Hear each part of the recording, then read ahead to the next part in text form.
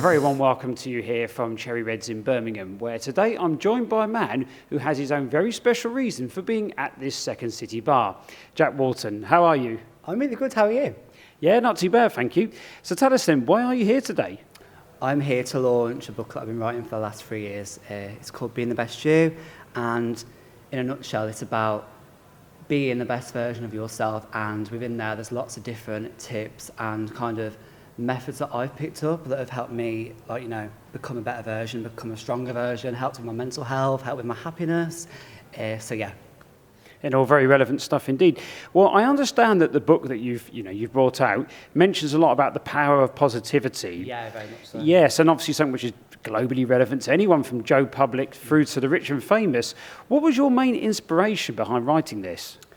I think my inspiration is that because I found out so much about the law of attraction and positive thinking, I realised that actually it wasn't as mainstream as I thought it could be, because it's actually really easy to understand. So I thought, I want other people to realise how easy this is, because anybody can use it in their life to kind of do more and be more and to obtain more. So I thought I need to put this either in a guide or some kind of book. To begin with, it was going to be just a guide, like quite a small one. But then I realised that I had so much content that it needed to become a book, and that's kind of how that developed. Really, it was never going to be a book at the beginning. It was more so going to be a simple guide, but it's definitely developed over time. Excellent. Well, I understand that, as a teenager, sadly, you did receive some bullying over your sexuality and obviously resulted in a lot of anxiety and even PTSD because of this. Where was it that you found that inspiration, if you like, or to get that positivity to actually stand tall and say to yourself, do you know, I'm not actually going to let this adversity defeat me? I don't feel like that came for a very long time.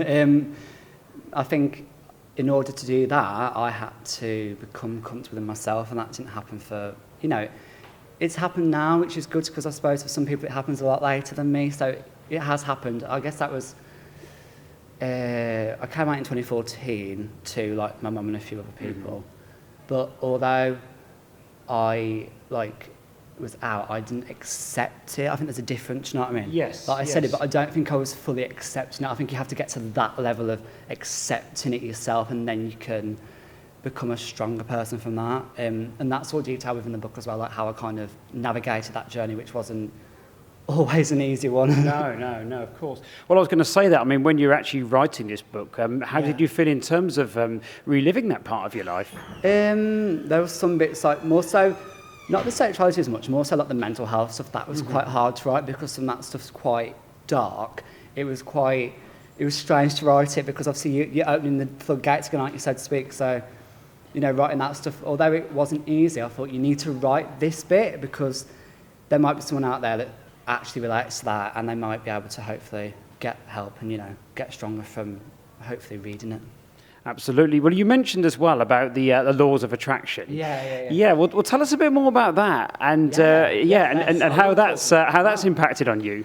So, the law of attraction, I think, because it's like a big term, it's actually not complicated. It's basically, in a nutshell, if you think positive thoughts, positive things are likely to happen. If you think negative thoughts, and negative things are really likely to happen as well. I always say, if you go looking for the positive each day, you will usually find it, but the same can be said for the negative as well. If you look for the negative things and the bad, you will find that as well. So I think it's not always so cut and dry, but I think everybody should give it a go and at least just kind of try to have that mindset when they're thinking about their own life, because I definitely changed a lot very quickly, really, with how I was thinking mentally.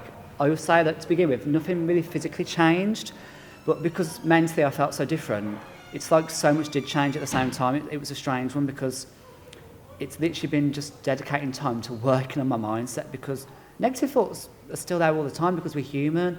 But I guess now it's like the volume's turned down more.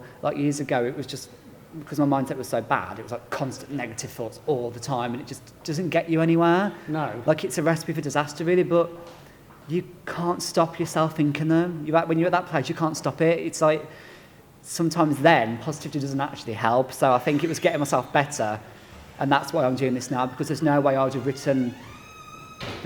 done this book if it wasn't for what I've gone through, which is definitely what I realise now. I had to almost go through stuff to get to this point. Well, that's it. Well, I mean, it sounds to me like this book is both very a fascinating read, but also one that's very moving, because with the heart of what you've been through being written in the book. Yeah. Well, finally then, I mean, in terms of the book itself, it's something where anyone can relate to it, I think, Yeah, when I think anyone so. who's going through different rigours in their life, different situations. What is it you're hoping would be the main inspiration that people can get out of this book when they read it, when they're suffering such issues? So I think that a lot of the time in so many situations with social media, with reality TV shows, we're always chasing the external because we look at other people on TV and we want to look like them. So we try to change things, we try to do things to look like them, because inside we don't always feel that good about ourselves. The biggest thing I've had to learn, and the biggest takeaway I want people to have, is to realise that everything you need to be happy is internal. That's the biggest takeaway. For a very long time, I thought it was external. I'd chase, I'd buy so many different kind of clothes all the time because I wanted to dress up and buy clothes because I was trying to fill an empty void within me, and I thought that would make me happy, and I'd get the clothes back, put them in my wardrobe, and then the empty feeling would come back again, and then I'd have to try to fill it again, but it was a fight and losing battle. So within the whole book, it's really about realising that everything you need right now is right in you. We don't need any of this other stuff. This stuff's great. Being dressed up right now is great, but I don't need it to be happy, and I think that's the thing I had to learn, is that actually, Jack, you can just be yourself and then be happy like that. You don't always have to try so hard, you know? Absolutely, That's yeah. the takeaway I want people to have. And in many ways, inner peace is priceless, isn't it? And the other stuff just follows, doesn't it, really, Yeah. once you get that right from the start.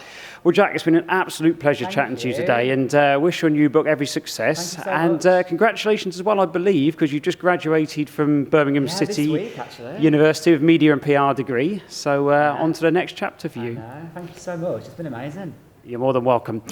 Well, that's it from here today at Cherry Reds Birmingham. And for myself here and Jack Walton, may I wish you all a very good day, and thanks for tuning in.